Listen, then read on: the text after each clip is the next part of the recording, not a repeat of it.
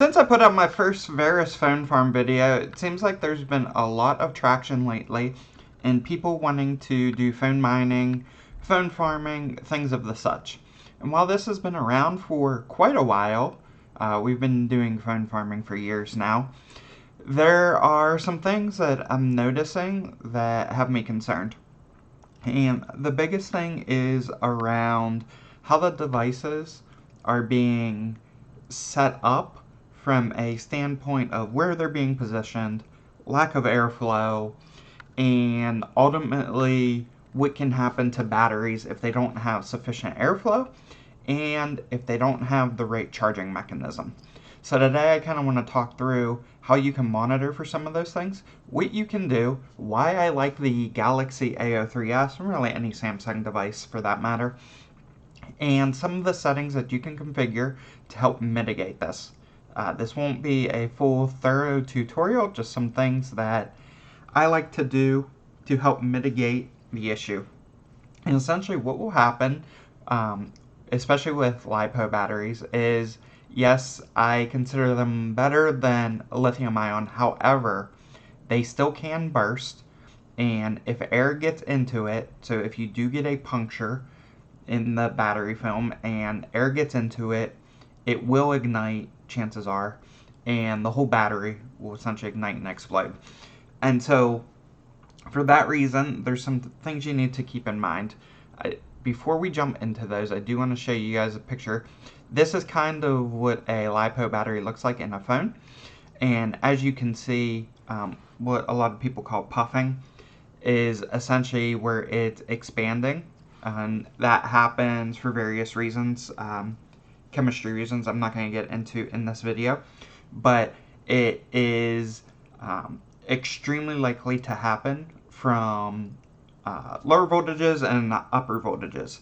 And so if you're constantly keeping your phone charged on max and you're mining on it, and you have it, let's say, mounted to a wall, or you have it in some type of holder that's kind of like a back plate that has no airflow coming, passing through that battery and trying to keep that back cool, this is going to happen more rapidly than it would if you were kind of maintaining the device.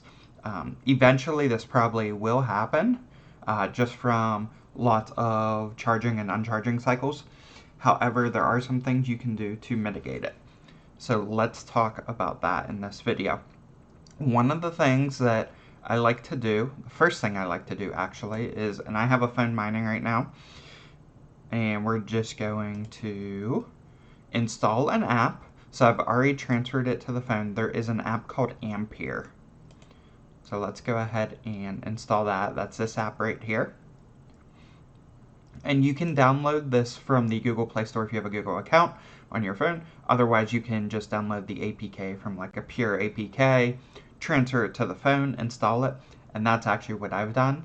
With VNC, you can actually transfer it to the phone over your network, so you don't have to physically plug in your phone into the USB port. So that's what I did. I transferred it over Wi-Fi, and we're now installing it. This will take a minute to install, so we're just going to let this go. Okay, it's installed, and we're going to go ahead and open it. Keep in mind, I am still mining on the phone. I haven't stopped my miner. We're going to see some things here around, ads, things like that. We're just going to say no thank you to this.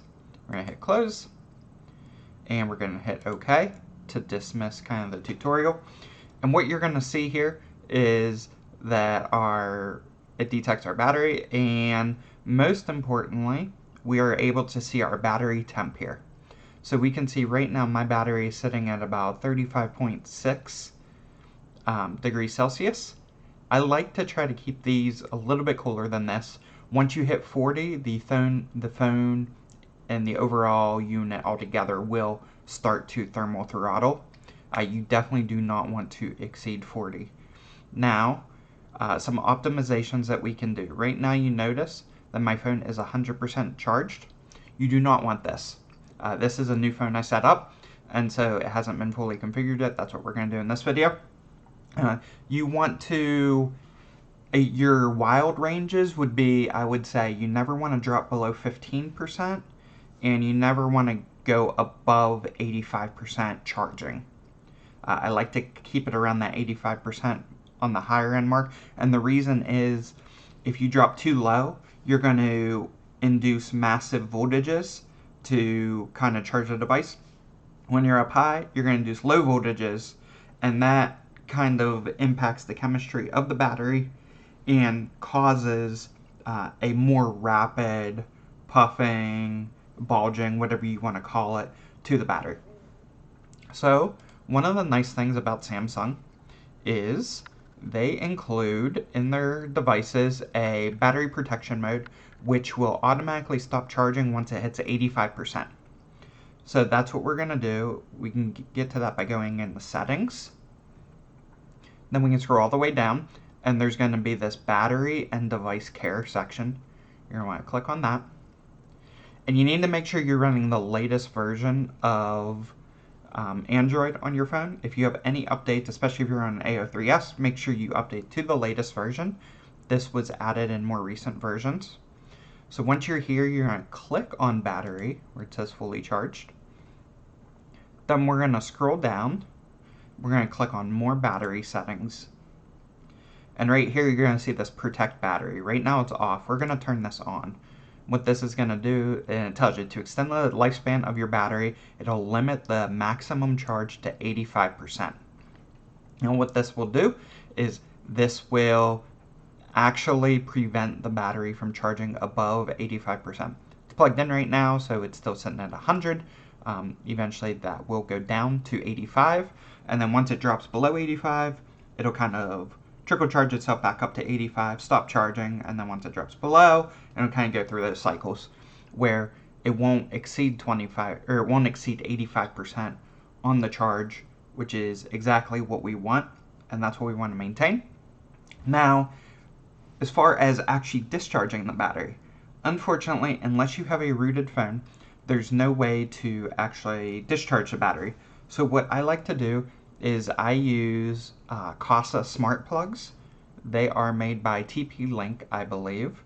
So if we hop on over to Amazon, and if you just take a look at the Casa smart plug, you don't need the energy monitoring ones, unless you explicitly want those. But I like to run, I think these are the ones I run. Yes. So with these, and you really only probably need one. You could plug a surge protector into if you need, or a power strip if you need multiple outputs. But essentially what this does is this allows you to define a schedule.